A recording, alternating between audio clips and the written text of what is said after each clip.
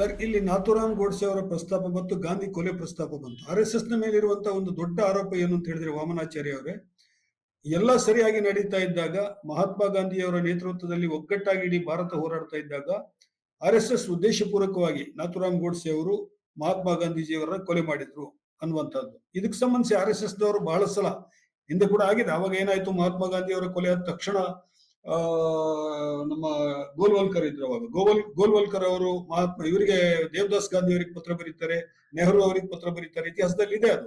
ಆಮೇಲೆ ಪಟೇಲ್ ರವರಿಗೆ ಪತ್ರ ಬರೀತಾರೆ, ವಲ್ಲಭಭಾಯಿ ಪಟೇಲ್ ಅವರಿಗೆ, ಅದನ್ನ ಖಂಡಿಸ್ತಾರೆ ಗಾಂಧಿ ಕೊಲೆಯನ್ನ, ಅದೆಲ್ಲ ಇದೆ.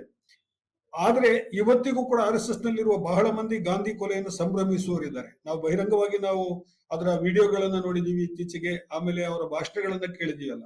RSS ನಿಜಕ್ಕೂ ಗಾಂಧಿ ಕೊಲೆಯನ್ನ ಅದನ್ನ ಉದ್ದೇಶವಾಗಿ ಇಟ್ಕೊಂಡಿತ್ತು RSS.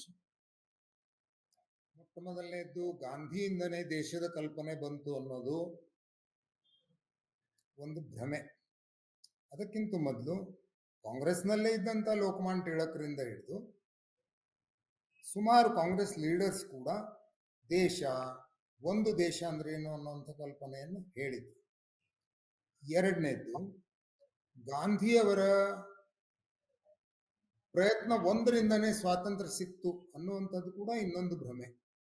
ಸ್ವಾತಂತ್ರ್ಯ ಹೋರಾಟದಲ್ಲಿ ಬೇರೆ ಬೇರೆ ಶಕ್ತಿಗಳು ಸತತವಾಗಿ ಹೋರಾಟ ಮಾಡಿದ್ರಿಂದ ಮತ್ತು ಬ್ರಿಟಿಷರು ಎರಡನೇ ಮಹಾಯುದ್ಧದಲ್ಲಿ ಸೋತು ಸುಣ್ಣಾದಂಥ ಸ್ಥಿತಿಯಲ್ಲಿ ಜನರಿಗೆ, ಅಂದ್ರೆ ಬ್ರಿಟಿಷರಿಗೆ ಏನು ಅನಿಸ್ತಾ ಇತ್ತು ಅಂದ್ರೆ, ಇಷ್ಟು ಗೊಂದಲಮಯವಾದಂಥ, ಅಂದ್ರೆ ಸ್ವಾತಂತ್ರ್ಯ ಬೇಕು ಅಂತ ಹೋರಾಡ್ತಿರುವಂತಹ ವಿವಿಧ ಗ್ರೂಪ್ಗಳನ್ನ ಇಟ್ಕೊಂಡು ಭಾರತವನ್ನು ನಾವಿನ್ ಮುಂದೆ ಅಡ್ಮಿನಿಸ್ಟ್ರೇಟ್ ಮಾಡೋದು ಅಥವಾ ಅಲ್ಲಿ ಆಡಳಿತ ನಡೆಸೋದು ಕಷ್ಟ ಇದೆ ಅನ್ನೋ ಅರಿವು ಬಂದಿತ್ತು. ಕಾಂಗ್ರೆಸ್ ಒಂದೇ ಅಲ್ಲ, ಕಾಂಗ್ರೆಸ್ ಒಂದೇ ಆಗಿದ್ರೆ ಕಾಂಗ್ರೆಸ್ನವರು ಬ್ರಿಟಿಷರವ್ರನ್ನ ಆರಾಮಾಗಿ ಹ್ಯಾಂಡಲ್ ಮಾಡಬಹುದಾಗಿತ್ತು. ಯಾಕೆಂದ್ರೆ ಅವರು ಹೆಚ್ಚಾಗಿ ಹಿಂಸೆ, ಚಳವಳಿ ಇಂಥ ವಿಷಯಕ್ಕೆ ಹೋಗಿರ್ಲಿಲ್ಲ.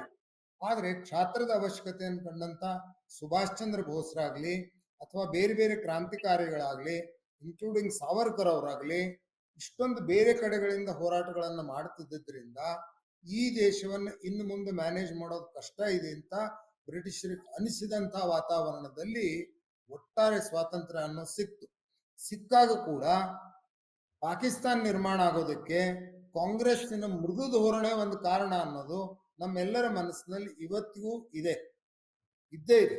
ಹೀಗಾಗಿ ಹೊರಗಡೆಯಿಂದ ಯಾರು ಎಷ್ಟೇ ಮಾತಾಡಿದ್ರು ನಮಗೆ ಗಾಂಧೀಜಿಯವರ ಕೆಲವು ಆದರ್ಶಗಳು, ಅವ್ರಿಗಿದ್ದಂಥ ಇಲ್ಲಿಯ ಗ್ರಾಮೀಣ ಭಾಗದ ಜೀವನದ ಕಲ್ಪನೆ, ಇದ್ರ ಬಗ್ಗೆ ರೆಸ್ಪೆಕ್ಟ್ ಇದೆ. ಆದರೆ ಕಾಂಗ್ರೆಸ್ ಇಂಥ ಒಂದು ಭ್ರಮೆಯಲ್ಲಿ ಸಿಕ್ಕಾಕೊಂಡು, ಮೊದಲು ಅಷ್ಟೇ ಎದುರು ಕಾಣ್ತಾ ಇದೆ, ಇಟ್ ವಾಸ್ ಆಸ್ ಕ್ಲಿಯರ್, ಕೈಗನ್ನಡಿ ತರ ಕಾಣ್ತಾ ಇದೆ, ಪಾಕಿಸ್ತಾನ ಆಗತ್ತೆ, ಮುಸ್ಲಿಮ್ಸ್ ಈ ದೇಶವನ್ನು ಬಿಟ್ಟು ಹೊರಗೆ ಹೋಗ್ಲಿಕ್ಕೆ ಪ್ರಯತ್ನ ಮಾಡ್ತಾ ಇದ್ದಾರೆ, ಈ ದೇಶವನ್ನು ಒಡಿತಾರೆ ಅನ್ನೋದು ಇಷ್ಟು ಕ್ಲಿಯರ್ ಇದ್ರು ಕೂಡ, ನಾನು ಕಾಂಗ್ರೆಸ್ ಒಡಿತು ಅಂತ ಹೇಳಲ್ಲ, ಆದ್ರೆ ಕಾಂಗ್ರೆಸ್ ಇದನ್ನೆಲ್ಲ ಸಹಿಸಿಕೊಂಡು ಗೊತ್ತಿದ್ರು ಶಾರ್ಟ್ ಟರ್ಮ್ ಅಂದ್ರೆ ಸ್ವಾತಂತ್ರ್ಯ ಸಿಕ್ಬಿಡ್ಲಿ, ಅಧಿಕಾರ ಬಂದ್ಬಿಡ್ಲಿ ಅನ್ನುವಂತ ಒಂದು ಹುಚ್ಚಿನಿಂದ ಸಿಕ್ಕಾಕೊಂಡು. ಆದ್ರೆ ನಮ್ಮ ಇವತ್ತಿನ ಚರ್ಚೆ ರಾಜಕೀಯದ ಅಲ್ಲದೆ ಇರೋದ್ರಿಂದ ಸೇವಕ ಸಂಘದ ಮತ್ತು ಅದು ಮಾಡ್ಬೇಕಾದಂತಹ ಕ್ರಿಯೆಗಳು ಅದು ಎಷ್ಟು ಯಶಸ್ವಿ ಆಗಿದೆ, ಏನ್ ಮಾಡ್ತಾ ಇದೆ ಅನ್ನೋದು ಹೆಚ್ಚು ಮಹತ್ವ.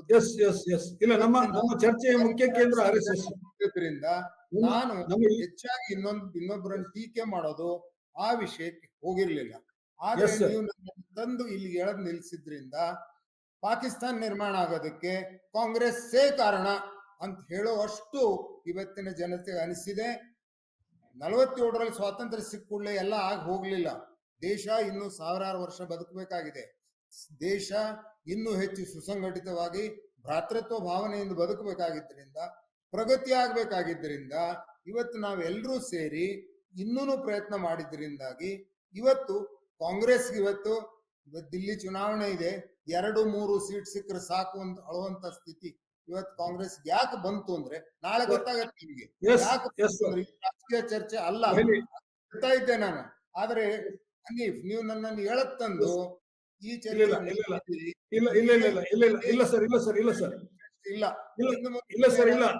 ಪ್ರಶ್ನೆಗಳನ್ನ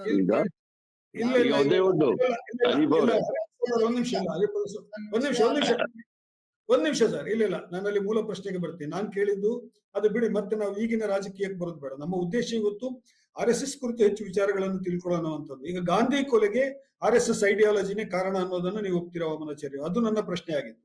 ಯಾಕೆಂತ ಹೇಳಿದ್ರೆ ಗೋಡ್ಸೆ ಅವರು RSS ನ ಮತ್ತು ಹಿಂದೂ ಮಹಾಸಭೆಯ ಸಕ್ರಿಯ ಕಾರ್ಯಕರ್ತರಾಗಿದ್ರು. ಆಮೇಲೆ ಒಂದ್ಸಲ ಅಲ್ಲ, ಅವರು 4 ಸಲ ಪ್ರಯತ್ನ ಮಾಡಿದ್ರು ಗಾಂಧಿನ ಕೊಲೆ ಮಾಡೋದಕ್ಕೆ, ಅವರು ಮತ್ತು ಅವರ ಸಂಘಟಕರು. ನೋಡಿ, ಕಾಂಗ್ರೆಸ್ ನಲ್ಲಿ ಕೂಡ ರೇನ್ಬೋ ಆಫ್ ಥಾಟ್ಸ್ ಇತ್ತು. ಅಂದ್ರೆ ಕಾಂಗ್ರೆಸ್ ನಲ್ಲಿ ಕಟ್ಟರ್ ಹಿಂದೂವಾದಿಗಳಿದ್ರು, ಕಾಂಗ್ರೆಸ್ ನಲ್ಲಿ ಕಟ್ಟರ್ ಮುಸ್ಲಿಂವಾದಿಗಳಿದ್ರು, ಕಾಂಗ್ರೆಸ್ ನಲ್ಲಿ ಕಟ್ಟರ್ ಕಮ್ಯುನಿಸ್ಟ್ ಇದ್ರು, ಸಮಾಜವಾದಿಗಳಿದ್ರು, ವಿವಿಧವಾದಂತ ಬಣ್ಣಗಳ ಕಾಂಗ್ರೆಸ್ ಹೋರಾಟಗಾರರು ಅವಾಗೂ ಇದ್ರು. ಸುಮಾರು ದಿವಸ ಅವರು ಮುಂದುವರೆದ್ರು. ಹಾಗೇನೆ ಈಗ ಯಾವ್ದು ನೀವು ರೈಟಿಸ್ಟ್ ಅಂತೀರಿ ಅಥವಾ ಹಿಂದುತ್ವವಾದಿಗಳು ಅಂತಿದ್ದೀರಿ, ಅದರಲ್ಲೂ ಕೂಡ ಆರ್ಯ ಸಮಾಜಿಸ್ತಿದ್ರು, ಹಿಂದೂ ಮಹಾಸಭಾದವರಿದ್ರು, ಇನ್ನು ಸನಾತನವಾದಂತ ಹಿಂದೂ ವ್ಯವಸ್ಥೆಯನ್ನು ನಂಬಿದವರಿದ್ರು, ಮಾಡರ್ನ್ ವೈಬ್ರೆಂಟ್ ಆದರೆ ಒಂದು ಸಿವಿಲೈಸೇಷನಲ್ ಕಲರ್ ಇರುವಂತ ವ್ಯವಸ್ಥೆ ಇರಬೇಕು ಅಂತ ನಂಬದಂತ RSS ಇತ್ತು. ಹೀಗಾಗಿ ನೀವೆಲ್ಲವನ್ನು ಒಯ್ದು ಗೋಡ್ಸೆ ಕಟ್ಟಿಬಿಟ್ರೆ ಆಗ ಬೇಕಾದಷ್ಟು ಜನ ಹಿಂದುತ್ವ ವಿಚಾರದವ್ರು ಆವಾಗ್ಲೂ ಇದ್ರು, ಇವತ್ತಿಗೂ ಇದ್ದಾರೆ. ಇವತ್ತು ಆ ಸಂಖ್ಯೆ ಇನ್ನೂ ಜಾಸ್ತಿ ಇದೆ. ಅದರ ಅರ್ಥ ಏನು ಇವತ್ತು ಎಲ್ಲಾ ಗಾಂಧಿಗಳು ಕೊಲೆ ಆಗ್ಬಿಡ್ತಾ ಇದೆಯಾ? ಇಲ್ಲ.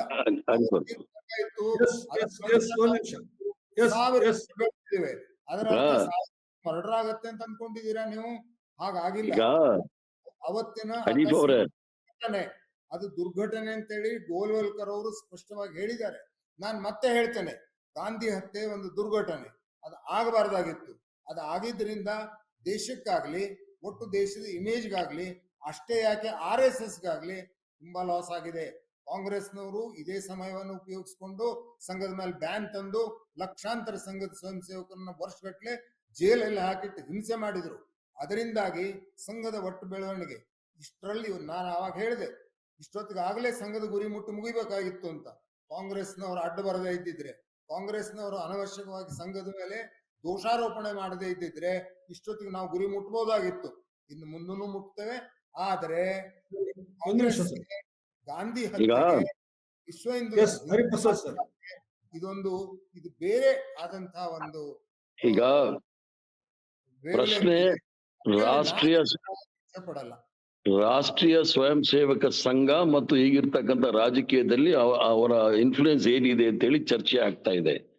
ಎಲ್ಲೂ ಸಹ ಡಿವಿಯೇಟ್ ಆಗ್ತಾ ಇಲ್ಲ. ಸಾವರ್ಕರ್ ಅವರು ಸ್ವತಂತ್ರ ಹೋರಾಟದಲ್ಲಿ ಭಾಗಿಯಾಗಿದ್ದಿದ್ರೆ ಬ್ರಿಟಿಷರಿಂದ ಪೆನ್ಷನ್ ಯಾಕೆ ತಗೊಳ್ತಾ ಇದ್ರಂತೆ? ಸುಭಾಷ್ ಚಂದ್ರ ಬೋಸ್ ಅವ್ರು ಫೈಟ್ ಮಾಡ್ತಾ ಇದ್ರು. ಎರಡನೇ ಮಹಾಯುದ್ಧದ ವಿಚಾರ ಬಂತು. ಎರಡನೇ ಮಹಾಯುದ್ಧ ವಿಚಾರ ಬಂದಾಗ ಸಾವರ್ಕರ್ ಅವರು ಸುಭಾಷ್ ಚಂದ್ರ ಬೋಸ್ ಅವರು ಇಂಡಿಯನ್ ಆರ್ಮಿ ಸೇರ್ಕೋಬೇಕು ಅಂತ ಹೇಳಿ ರಿಕ್ರೂಟ್ ಮಾಡ್ಬೋದಿತ್ತು ಭಾರತ ದೇಶದ ಯುವಕರಿಗೆ. ಆದ್ರೆ ಸಾವರ್ಕರ್ ಮಾಡಿದ್ದು ಎರಡನೇ ಮಹಾಯುದ್ಧಕ್ಕೆ ಬ್ರಿಟಿಷರ ಆರ್ಮಿ ಸೇರಿ ಅಂತ ಹೇಳಿ ಎಲ್ಲ ಯುವಕರಿಗೆ ಉತ್ತೇಜನ ಕೊಟ್ರು. ಕಾಂಗ್ರೆಸ್ ಪಾರ್ಟಿ ಅದನ್ನ ಬಾಯ್ಕಾಟ್ ಮಾಡಿ ಪ್ರಾವಿನ್ಷಿಯಲ್ ಅಸೆಂಬ್ಲಿನ ಪರ್ಮಿಷನ್ ತಗೊಳ್ದೆ ನೀವು ಭಾರತೀಯರನ್ನ ನಿಮ್ ಸೈನಿಕರಿಗೆ ಸೇರಿಸ್ತಾ ಇದ್ದೀರಾ ಅಂತ ಹೇಳಿ ಎಲ್ರು ರಾಜೀನಾಮೆ ಕೊಟ್ಟು ಹೊರಗಡೆ ಬರ್ತಾರೆ ಪ್ರಾವಿನ್ಷಿಯಲ್ ಅಸೆಂಬ್ಲಿಯಿಂದ.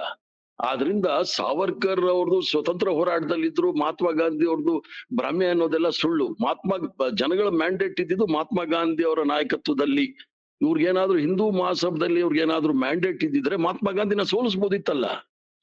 ಮಹಾತ್ಮ ಗಾಂಧಿ ಅವರು 1885ನೇ ಇಸ್ವಿಯಿಂದ ಬಂದಿದ್ದಾರೆ ಅಂತ ಹೇಳಲೇ ಇಲ್ಲ.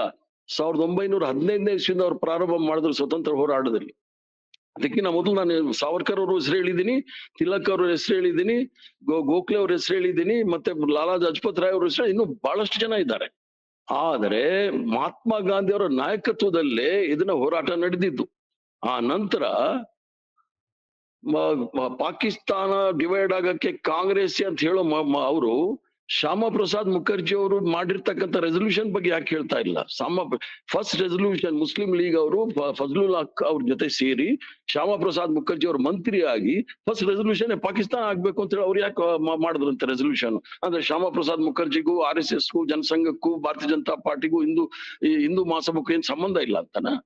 ಆದ್ರಿಂದ ಜನಗಳನ್ನ ಮೂರ್ಖನಾಗಿ ಮಾಡ್ಲಿಕ್ಕೆ ಆಗೋದಿಲ್ಲ. ಇತಿಹಾಸದಲ್ಲಿ ಬಹಳ ಸ್ಪಷ್ಟವಾಗಿದೆ.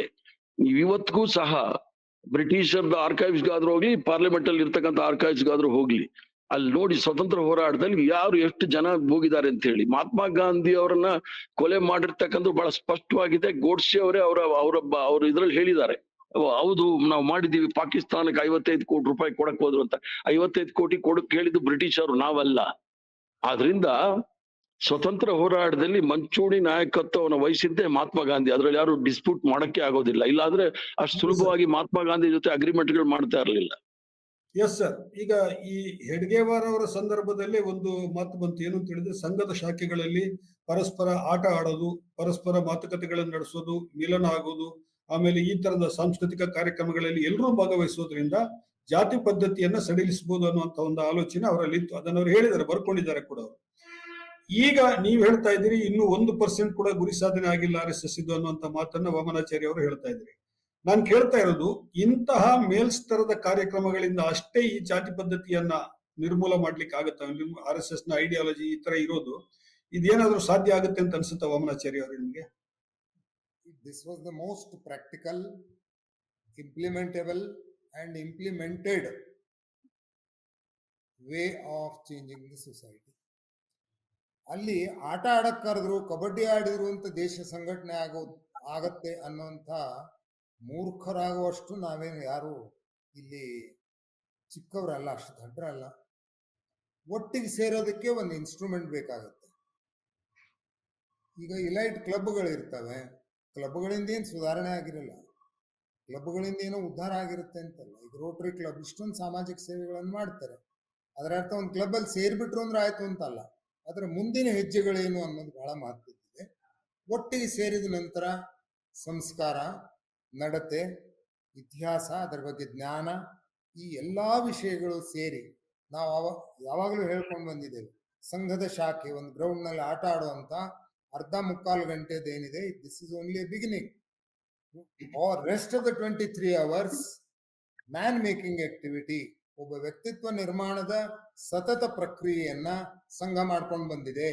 ಅದರಿಂದಾಗಿ ಇವತ್ತು ಇಷ್ಟು ದೊಡ್ಡ ಪ್ರಮಾಣದ ಇನ್ಫ್ಲೂಯೆನ್ಸ್ ಈ ದೇಶದಲ್ಲಿ ಆಗಿದೆ ವಿನಃ ಬರೀ 4 ಹುಡುಗರನ್ನು ಕಟ್ಕೊಂಡು ಆಡಿದ್ರಿಂದ ಅಲ್ಲ. ಅದು ಬಹಳಷ್ಟು ಜನರಿಗೆ ಸಂಘದ ಆಂತರಿಕ ಶಕ್ತಿ ಏನು ಅನ್ನೋದ್ರದ್ದು ಅರಿವಾಗದೆ ಇರೋದ್ರಿಂದ ಅದರ ವಿರುದ್ಧ ಟೀಕೆ, ತಪ್ಪು ಮಾತಾಡೋದು, ಜ್ಞಾನ ಇಲ್ಲದೆ ಸ್ಟೇಟ್ಮೆಂಟ್ಗಳನ್ನು ಕೊಡುವಂತದ್ದು ನಡೀತಾ ಇರುತ್ತೆ. ಆದ್ರೆ ಅದರಿಂದ ಕೆಲವು ಕಡೆ ಹೇಳಲಾಗತ್ತೆ, ಯಾರೋ ಒಬ್ರು ಹೇಳಿದ್ರು ಅಂತ ಬೆಟ್ಟದ ಮೇಲಿನ ಮರಕ್ಕೇನು ನೋವಾಗಲ್ಲ. ಹಾಗೆ ತನ್ನ ಕೆಲಸವನ್ನ ದೃಢವಾಗಿ ಪ್ರಚಾರವನ್ನ ನಂಬದೆ, ಇನ್ನೊಬ್ಬರ ಟೀಕೆಗಳಿಗೆ ಕೇರ್ ಮಾಡದೆ ಸತತವಾಗಿ ಮಾಡ್ಕೊಂಡು ಬಂದಿದ್ರಿಂದ ಇಡೀ ದೇಶಕ್ಕೆ ಇಷ್ಟು ಒಂದು ವ್ಯವಸ್ಥಿತವಾದಂತ ಸ್ವರೂಪದ ಸಂಘಟನೆಯನ್ನು ಕೊಡೋದು. ಇದು ಮಾಡಿದ್ದಷ್ಟೇ ಅಲ್ಲ, ಕಾಂಗ್ರೆಸ್ನವರು 2 ಸಲ ಬ್ಯಾನ್ ಮಾಡಿದ್ರು. ಒಂದು ಗಾಂಧಿ ಹತ್ಯೆ ಹೆಸರಿನಲ್ಲಿ ಬ್ಯಾನ್ ಮಾಡಿದ್ರು, ಎಮರ್ಜೆನ್ಸಿಯಲ್ಲಿ ಬ್ಯಾನ್ ಮಾಡಿದ್ರು. ಇನ್ನೂ ಟೈಮ್ ಸಿಕ್ಕರೆ ಮತ್ತೆ ಅವ್ರು ಬ್ಯಾನ್ ಮಾಡಕ್ ಹೋಗ್ತಾರೆ. ಯಾಕೆಂದ್ರೆ ಅವರಲ್ಲಿ ಒಳಗಿರುವಂತಹ ಹೆದರಿಕೆ ಏನಿದೆ, ಇದು ಬೆಳೀತಾ ಇದೆ, ಇದನ್ನ ನಿಲ್ಲಿಸ್ಬೇಕು ಅನ್ನೋಂತ ಒಂದು ವಿಚಿತ್ರ ಭಾವನೆಯಲ್ಲಿ ಅವರು ಇವತ್ತು ತೊಳಲಾಡ್ತಾ ಇರೋದ್ರಿಂದ, ಅಂದ್ರೆ ಅವ್ರೊಬ್ಬರೇ ಅಲ್ಲ, ದೇಶದಲ್ಲಿಯ ಬೇರೆ ಬೇರೆ ರೂಲಿಂಗ್ ಕ್ಲಾಸ್ಗಳು ಇದನ್ನ ಮಾಡ್ಕೊಂಡು ಬಂದಿವೆ. ಅದರ ಪರಿಣಾಮವಾಗಿ ಸಂಘದ ಬಗ್ಗೆ ಕೆಲವರಿಗೆ ತಪ್ಪು ಕಲ್ಪನೆಗಳು, ಕೆಲವರಿಗೆ ಅರ್ಥ ಆಗದೆ, ಅಂದ್ರೆ ಒಳಗೆ ಹೋಗಿ ಅರ್ಥ ಮಾಡ್ಕೊಳ್ಳೋಕ್ ಪ್ರಯತ್ನನೂ ಮಾಡಿಲ್ಲ ಬಹಳಷ್ಟು ಜನ. ಹೀಗಾಗಿರೋದ್ರಿಂದ ಸಂಘದ ಬಗ್ಗೆ ಅಪನಂಬಿಕೆಗಳು ಕೆಲವು ಕಡೆ ನಿರ್ಮಾಣ ಆಗಿವೆ ವಿನ ಸಂಘದ ಮೇಲೆ ಇದರದ್ದು ಯಾವುದೇ ಪರಿಣಾಮ ಆಗದೆ let what may come will proceed ಅನ್ನುವಂತ ಮನೋಭಾವನೆಯಿಂದ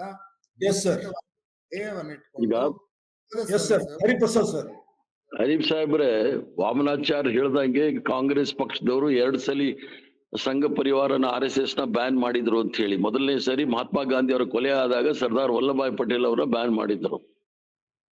ತದನಂತರ ಗೋಲ್ವರ್ಕರ್ ಅವರು ಬರ್ಕೊಟ್ಟಿದ್ರು, ನಾವು ಯಾವುದೇ ರಾಜಕೀಯ ಚಟುವಟಿಕೆಗಳಲ್ಲಿ ಪಾಲ್ಗೊಳ್ಳೋದಿಲ್ಲ, ನಮ್ಮನ್ನ ಬಿಡಿ ಅಂತ ಹೇಳಿದಾಗ ಆ ವಿಚಾರದಲ್ಲಿ ಅವ್ರನ್ನ ಬ್ಯಾನ್ ಓಪನ್ ಮಾಡಿದ್ದು. ತುರ್ತು ಪರಿಸ್ಥಿತಿ ಬಂದಾಗ RSS ನ ಬ್ಯಾನ್ ಮಾಡೋ ಸಂದರ್ಭದಲ್ಲಿ ಬ್ಯಾನ್ ಮಾಡಿ ದೇವರಸ್ರವ್ರನ್ನು ಸಹ ಜೈಲು, ಆಗ ಸರಸಂಘ ಚಾಲಕರಿದ್ದು ದೇವರಸ್ರವ್ರು, ಅವರು ಪತ್ರ ಬರೆದಿದ್ರು ಇಂದಿರಾ ಗಾಂಧಿ ಅವ್ರಿಗೆ, ನಾವು ಸಂಪೂರ್ಣವಾಗಿ ತುರ್ತು ಪರಿಸ್ಥಿತಿಗೆ ಬೆಂಬಲವನ್ನು ಕೊಡ್ತೀವಿ, ನಮ್ನೆಲ್ಲ ಹೊರಗಡೆ ಬಿಡಿ ಅಂತ ಹೇಳಿ. ಆದ್ರಿಂದ ತುರ್ತು ಪರಿಸ್ಥಿತಿಯಲ್ಲಿ ಏನೋ ಆಗೋಗಿದೆ ಮಾಡ್ಬಿಟ್ಟಿದೀವಿ ಅಂತ ಅಲ್ಲ. ಆದ್ರಿಂದ ಇವ್ರಿಗೇನಾದ್ರೂ ಸ್ವತಂತ್ರ ಹೋರಾಟದಲ್ಲಿ ಸ್ಪಷ್ಟವಾಗಿ, ಸ್ವತಂತ್ರ ಹೋರಾಟದಲ್ಲಿ ಏನು ಸ್ವತಂತ್ರ ಅಂದ್ರೆ ಏನು, ಅದರಲ್ಲಿ ಅದ್ರ ಸಿದ್ಧಾಂತವೇ ಪ್ರಜಾಪ್ರಭುತ್ವ ಮತ್ತು ಸಂವಿಧಾನ, ಜಾತ್ಯತೀತ ಅಂತ ಹೇಳಿ. ಈ RSS ಅವರು ಪ್ರಜಾಪ್ರಭುತ್ವವನ್ನು ಒಪ್ಕೊಳ್ತಾರ, ಸಂವಿಧಾನವನ್ನು ಒಪ್ಕೊಳ್ತಾರ. ಆದ್ರಿಂದ ಅದನ್ನ ನೀವು ಯೋಚನೆ ಮಾಡಕ್ಕೆ ಸಾಧ್ಯ ಇಲ್ಲ. ಬ್ಯಾನ್ ಮಾಡಿದ್ ನಿಜ. ಯಾವಾಗ ಈಗ ಎಮರ್ಜೆನ್ಸಿನಲ್ಲಿ ಇಂದಿರಾ ಗಾಂಧಿ ಅವ್ರ ಮನೆಯನ್ನ ಗೆರವ್ ಮಾಡ್ಬೇಕು ಅಂತ ಹೇಳಿ ಅವ್ರು ಇಂದಿರಾ ಗಾಂಧಿ ಅವ್ರ ಹೊರಗಡೆ ಬಿಡೋದಿಲ್ಲ ಅಂತ ಹೇಳಿ ಅವರು ತೀರ್ಮಾನ ಮಾಡ್ಕೊಂಡು ಅವ್ರ ಮನೆ ಗೆರವ್ ಮಾಡ್ಬೇಕು ಅಂದಾಗ ಬ್ಯಾನ್ ಮಾಡದೆ ಇನ್ನೇನ್ ಮಾಡ್ತಾರೆ? ಅದು ಹಿಂಸಾತ್ಮಕವಾಗಿ ಅಲ್ಲ ಅಲ್ಲ ವಾಮನಾಚಾರ್ಯ ಅವರೇ, ನಿಯಂತ್ರಣ ಒಂದು ನಿಮಿಷ. ಮಾಡಲಿಕ್ಕೆ ಹಿಂಸಾತ್ಮಕವಾದ ಹೋರಾಟ ಆದಾಗ ಅದನ್ನ ನಿಯಂತ್ರಣ ಮಾಡ್ಲಿಕ್ಕೆ ಹಲೋ ಕೇಳಿಸ್ತಾ ಇದ್ಯಾ? ಕೇಳಿಸ್ತಾ ಇದೆ.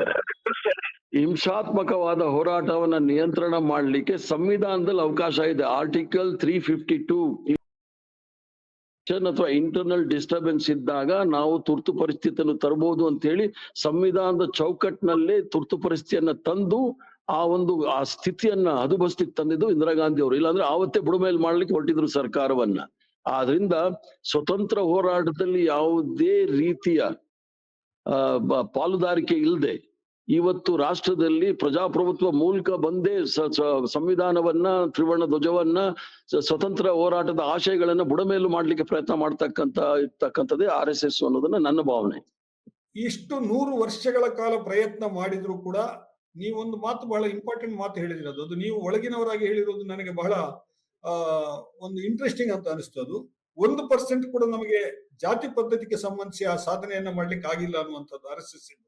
ಏನ್ ಕಾರಣ ಇರ್ಬೋದು ಸರ್ ಇದಕ್ಕೆ? ಮತ್ತು ಇದು ಹೀಗೆ ನಿರಂತರವಾಗಿ ಮತ್ತೆ 100 ವರ್ಷ ಮುಂದುವರಿಬಹುದಾ?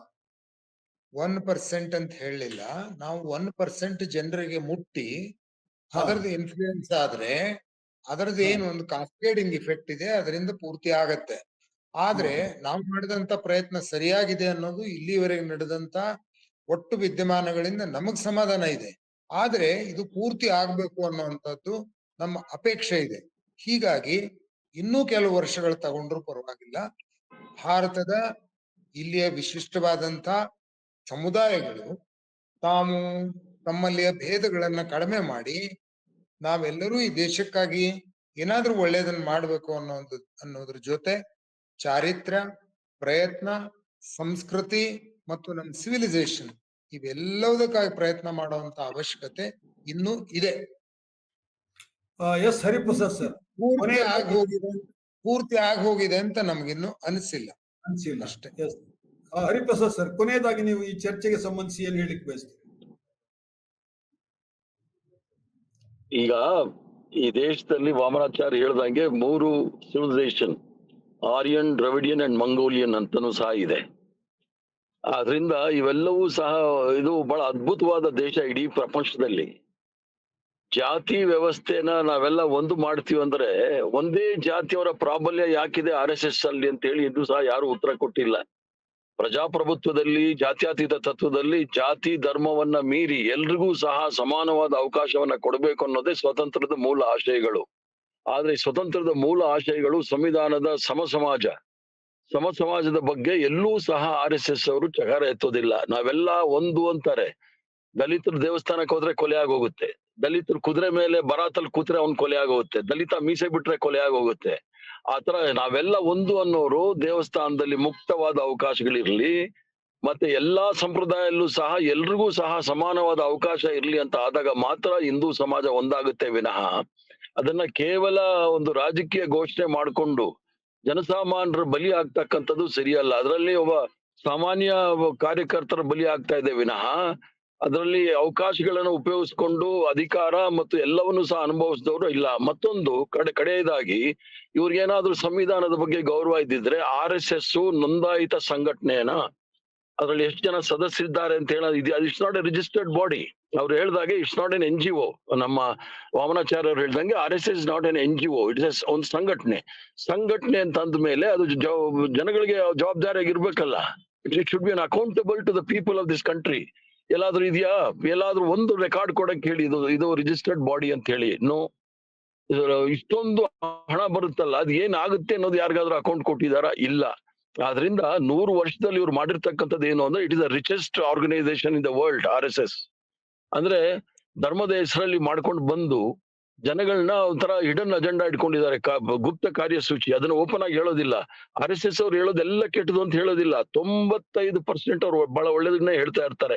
5% ಇದೆ ನೋಡಿ, ಅದು ಬಹಳ ಅಪಾಯಕಾರಿಯಾದಂತ ಅವರ ಚಿಂತನೆಗಳು ಈ ದೇಶದ ಏಕತೆಗೆ ಧಕ್ಕೆ ಆಗುತ್ತೆ ಅನ್ನೋದು ನನ್ನ ಕಡೆಯ ವಿಚಾರ.